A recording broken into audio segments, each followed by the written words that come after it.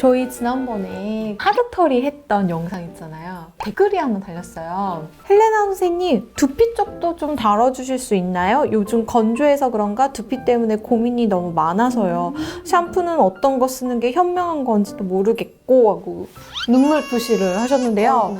두피를 가지고 할 수 있는 얘기가 좀 무궁무진한데 오늘 어떤 이야기부터 해주실 수 있나요? 두피가 문제가 있으면 네. 두 가지 방향으로 문제가 있어요. 네. 하나는 건조해서 각질이 많이 일어나는, 그리고 하나는 너무 기름져서 떡짓는. 떡지는 느낌. 근데 둘 다 궁극적으로는 염증으로 가요. 아토피 피부염은 건조하죠. 그래도 그쵸. 염증을 가죠. 네. 여드름도 기름이 많이 나오죠.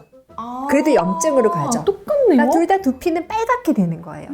이렇게 건조하거나 아토피성 피부에 두피 질환이 있을 때 이런 사람들을 보면 머리카락이 나오는 모낭이라고 하죠. 네. 모낭과 모낭 사이에 피부가 많이 상해 있어. 모낭 자체가 상해 있다기보다는 피부가 진짜 피부가 두피가 건조한 거예요. 네. 그러니까 우리가 보통 우리 피부 건조하면 각질이 일어나듯이 두피를 자세히 보면 털구멍하고 털구멍 사이에 각질이 좀 있는 경우예요. 그러니까 이네들은 치료를 할 때 거의 아토피에 준해서 하는 거. 아토피 치료에 가장 중요한 건 뭐예요? 보습. 그치. 이 사람들은 두피 보습제를 충분히 써야 되는 거고 얘네들의 각질을 막 벗겨내는 건 안 돼요.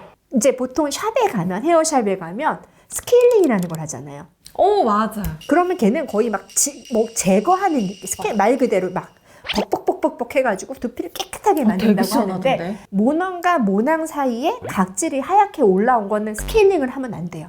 아토피 애들한테 때 못 벗기게 하죠. 거기는 오히려 약간 보습을 잘해주는 화장품, 그다음에 보습이 되는 크림 이런 것들을 두피에 바르게 해요.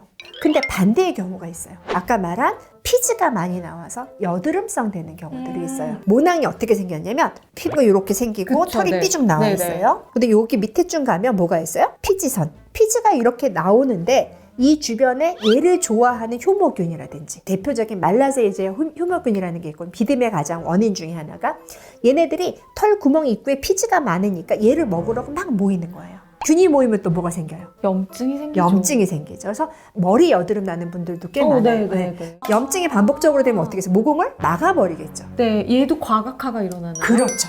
그리고 염증이 반복적이 되면 뭐예요? 여드름도 오래되면 딱딱해지죠. 네. 섬유화가 일어날 수 있어요. 섬유화가 일어나면 어떻게 돼요? 모공이 완전히 막히고 얘는 탈모가 되기가 쉬운 거예요.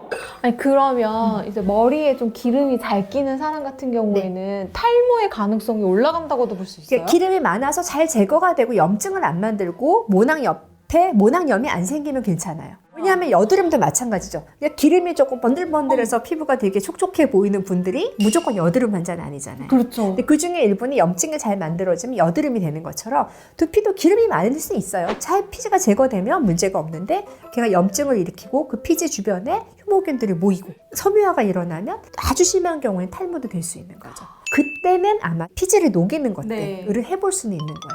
이 두 가지 샴푸는 완전 다른 샴푸. 얘는 촉촉하게 만들어야 되는 샴푸. 네. 얘는 건조하게 만들어야 되는 샴푸. 지금까지 또 언니네 피부과를 하면서 이런 이야기 처음 들어보는 것 같아요. 이거 나는 사다 할 때도 못 들어본 얘기 같은데요? 제가 요새 두피에 너무 관심이 많아서 피부가 가려운 분들도 많지만 두피가 가려운 분들도 되게 많아요. 너무 괴로워하고 밤에 막 긁어서 피가 날 대로 하는 그런 아토피 환자들도 있고 지루피부 환자들도 있고 여드름 환자들도 있거든요. 근데 그분들이 저한테 가장 많이 선생님 이거 오래되면 탈모돼요? 라고 물어보는데 아까 말한 아토피성인 경우에는 모낭까지 침범하지는 않았으니까 두피 관리만 잘해서 촉촉하게 만들면 탈모까지는 안 갑니다.